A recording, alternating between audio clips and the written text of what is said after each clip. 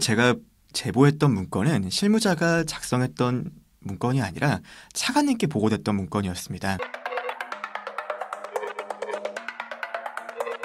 제가 제 업무와 관련돼서 서울에 있는 차관님 집무실에 보고를 하러 간 적이 있습니다. 그때 이제 차관님 집무실 옆에 부속실에 여러 기재부 공무원들이 공간을 사용하면서 차관님께 보고할 문서를 출력하거나 편집할 수 있는 공간이 있어요. 거기에 제 문서를 편집하러 갔다가 어떻게 KTNG 관련된 문건이 있는 거예요. 문건 명칭은 대외주의 차관 보고로 시작했습니다. 사실 그 문건을 입수하기 전에도 그 관련된 내용을 보고한 것은 알고 있었어요. 왜냐하면 같은 국이었거든요. 그래서 옆에서 돌아가는 일이었기 때문에 아름아름 들은 게 있어서 그 내용에 대해서는 알고 있었습니다. KTNG 사장 교체 건 말고 그 후에 서울신문 사장을 교체하려고 시도한 적이 있습니다. 그 건과 관련해서 제가 직접 들었습니다. 말씀하시기를 청와대에서 지시한 건 중에서 KTNG 사장 교체 건은 뭐 잘 안 됐지만 서울신문 사장 교체 건은 뭐 잘 해야 된다. 이런 식의 말이 나오는 것을 제가 직접 들었습니다. 청와대 관련된 추가 보고발 영상은 제가 국고과의 자금사무관으로 자금총괄, 국고금 총괄했을 때 있었던 8.7조 원 국채 추가 발행에 대한 지시 관련해서 말을 하려고 했었어요. 제가 그때 당시에 국채 조기 상환이 1조 원 조기 상환했던 게 하루 전에 바이백이 취소되고 청와대가 부총리님께서 대통령 보고한다 그랬을 때 그거 다 막아버리고 청와대에서 직접 전화해가지고 보도자료 오는 거 다 취소하라고 하는 거 정말 말도 안 되는 것 같다는 사태 겪으면서 그때 사실 이미 공무원 그만둬야 되겠다고 생각했었어요. 국채가 추가로 발행하면 발생할 이자 비용 8.7조 원 발행하면 연간 거의 2천억 발생하잖아요.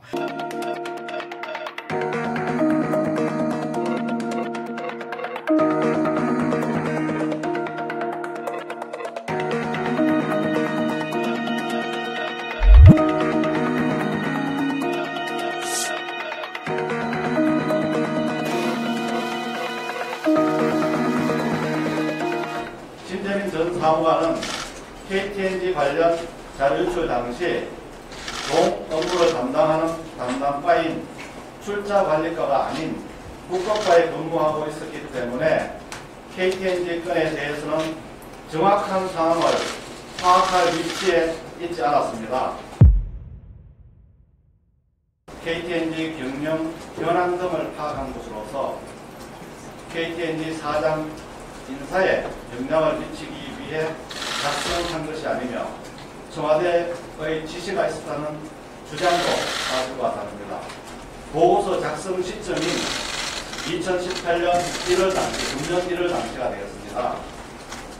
KTNG 사장이 셰르파 영입하겠다는 보고가 있는 가운데 인도네시아 트리삭티 담배 회사입니다. 인수 관련 금감원 조사가 진행되고 있었던 점, 그리고 전직 KTNG 임직원의 당시 대법인 사장에 대한 검찰 고발이 있었던 상황 등을 종합적으로 감안하여 담배사업법상 관리감독 주무기관으로서 충분히 모니터링할 필요가 있었습니다. 이 과정에서 KTNG의 경영 투명성 제고를 위하여 사추위 운영이 투명하고 공정하게 운영되도록 하는 것이 필요하다는 점이 그 문서의 기본 취지였습니다. 일부 언론에서 당시 국채 조기 상환 및 적자 부채 발행 관련 청와대의 강압적 지시가 있었다는 것은 전혀 사실과 다릅니다. 당시에 적자 부채 추가 발행 여부와 관련하여 세수 여건, 그 다음에 당시의 시장 상황 등 예외 여건이 불확실한 상황을 감안하여 작년 11월에 해주는 바이오 시험원 전례가 없던 일인데 그 당시 채권시장이 좀 큰 혼란에 빠졌거든요. 작년 바이오 치료가 왜 한 건지 이제 확실하게 설명해 주시면. 801조 원 조기 상환을 취소한 것은 실무적으로 상환 시기를 조정한 것입니다. 연말에 세수 등 자금 사정을 종합적으로 검토하여 내부적인 토론을 거쳐서 결정한 것입니다.